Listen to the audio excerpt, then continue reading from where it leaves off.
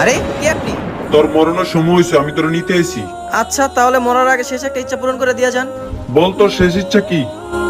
ঠিক আছে তাহলে আপনি আমার একটা টাকা ভর্তি ব্যাগ দিয়ে দেন। ঠিক আছে, এই ল টাকা, তুই এটা দিয়ে সারা জীবন আইস করিস। আমি তোর পরে নিতে আসবো। থাক এখন যাই। আমার নামাজটা শেষ করতে দেন, তারপরে আমাকে নিয়ে আমি যায়। তোর নিতে আই নাই, তুই তোর জীবন ভিক্ষা পাইছিস। কিন্তু কেন?